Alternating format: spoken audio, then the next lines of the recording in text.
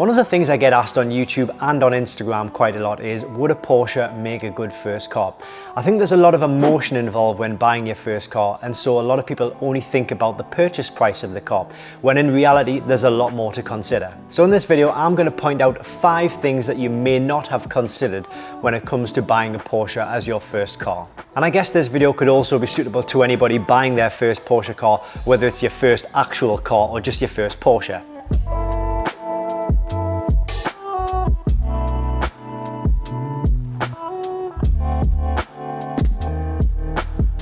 Now before we get started, I'm not trying to talk down to anybody or question whether you can or can't afford a car like this. But I've owned about 10 Porsches over the years, and I've picked up a few things that I think may well be useful to first-time Porsche owners. So yeah, let's get into it. So the first thing you'll consider is the initial costs. Obviously you've got the price of the car, which may start from say 6,000–7,000 up to about £15,000. You've then got yearly road tax. Now in the UK that can cost about £650 if your car falls into the higher tax bracket. But then this is the thing that puts a lot of people off, and it is the insurance of the vehicle. I've seen crazy quotes of up to £10,000 for young drivers trying to start off with their own policy. So if you can, I'd recommend getting one of your parents to take out a policy and having you as a named driver. That's how it can work in the UK, but honestly, you're probably still expecting an insurance policy of around about £1,500 to £2,500. So just make sure you can afford it. Obviously you can spread these costs over a monthly period. Next up is fuel costs. These cars are not efficient at all. Sometimes they can only return between 10 and 12 mpg, which is not a lot if you're on a tight budget.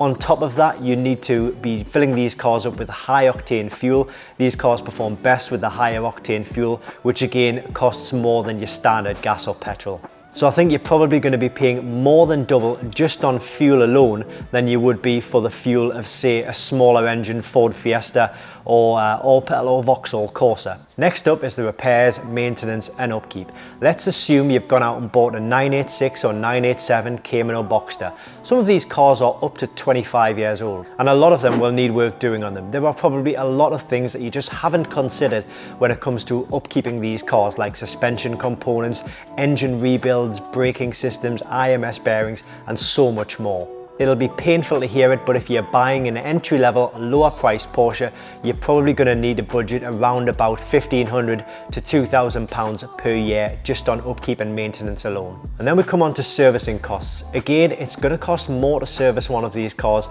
than it would be for a regular smaller engine Ford Fiesta or Vauxhall Corsa. But the good news is you can work on these vehicles yourself. They are quite easy to work on, providing you've got a good set of tools. It can be done in your garage or in your workshop or even on your driveway to keep costs down. The good news also is that there are a lot of Porsche specialists out there who will do a lot of fixed price servicing, so you know exactly what you're going to be paying and exactly what you're going to be getting for it if you just don't fancy it on your own. But I would certainly recommend giving it a go. There's lots of resources, there's lots of help guides out there on YouTube, and you can certainly save a lot of money by doing things yourself. Next up is depreciation. The good news for Porsche enthusiasts is that cars at the lower end of the scale are not depreciating much, if at all. Now that doesn't necessarily mean you'll make money or break even when it comes to selling the car, but the chances are you won't lose a huge chunk of money when it comes to selling it on the purchase price alone. And honestly, a lot of the 986 and the 987 models, they've already hit their low and are probably starting to rise just a little bit above their lowest level. I'm certainly not saying it would be a good investment, but I just think your money is in good hands if you put it into one of these cars. If you have an unlimited budget, if you have a lot of money to spare, then you know everything I've just talked about is irrelevant. A Porsche is an amazing first car to buy if you can afford it. But my advice to anybody who is on a budget or who is trying to sort of save their pennies up in order to get one of these cars is please just don't, because the last thing I'd want to see is somebody who is scrimping and scraping, you know, probably a young person who isn't yet on a very well-paid job. I'd hate to see them really struggling and then really coming to have to sell the vehicle because they just can't afford the upkeep, the tax, the insurance, the fuel costs, or the price of the car itself. So wait a few more years, assess it in a few more years time. Like I say, I'd hate to see anybody really struggling and not being able to look after the priorities in life, you know, like electricity, food, their housing, things like that. we need to remember at the end of the day that it is still just a car. It will still get you from A to B just as well as a 2003 Honda Civic will. Anyways, that's just my advice. Hopefully it has given you a few hints or tips or things to think about if you are looking to buy your first Porsche or your first car, which is a Porsche. Guys, if you've taken something from this video, please go ahead and hit that like button. If you haven't already, make sure to hit that subscribe button to see more Porsche videos on this channel. Thanks for watching. I'll see you next time. Is that cars at the lower end of the scale are not depreciating, depreciating.